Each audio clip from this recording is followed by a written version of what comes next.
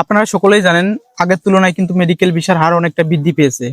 সেই সাথে বর্ডার গুলোতেও কিন্তু প্রচুর ভিড় হচ্ছে এই মুহূর্তে। কলকাতার মধ্যেও কিন্তু ভিড় দেখা দিচ্ছে। তো যেমন মেডিকেল ভিসার হার বৃদ্ধি পেয়েছে, সামনে মেডিকেল ভিসা করতে খুবই কড়াকড়ি নির্দেশনা দেবে হয়তো। কারণ অনেকেই কিন্তু মেডিকেল ভিসা নিয়ে তারা চিকিৎসা না করে এমনি আত্মীয় স্বজন বাড়ি থেকে বা অন্যান্য কাজ করে ঘুরে আসছে। তো যার কারণে কিন্তু সামনে মেডিকেল ভিসা করতে খুবই কড়া পদক্ষেপ নেবে। যারা অরিজিনাল রোগী, যাদের অরিজিনাল কাগজপাতি আছে তাদেরই কিন্তু মেডিকেল ভিসা দেওয়া হবে।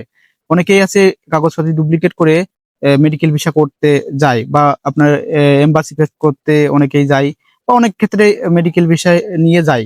তো তাদের ক্ষেত্রে কিন্তু খুবই কঠিন হয়ে দাঁড়াবে মেডিকেল ভিসা করতে। যারা অরিজিনাল রোগী আছে তারাই একমাত্র মেডিকেল ভিসা পাবে। আপনি যদি মেডিকেল ভিসা এই মুহূর্তে পান বা মেডিকেল ভিসা নিয়ে ভারতে যেতে চান, তাহলে কিন্তু আপনার সম্পূর্ণ কাগজপাতি সাথে করে নিয়ে যাবেন এবং আসার সময় কিন্তু কাগজপাতি সাথে রাখবেন। না হলে কিন্তু বর্ডার গুলোতেও অনেক ঝামেলা করছে এই মুহূর্তে। তো ভিডিওটি ভালো লাগলে অবশ্যই চ্যানেলটি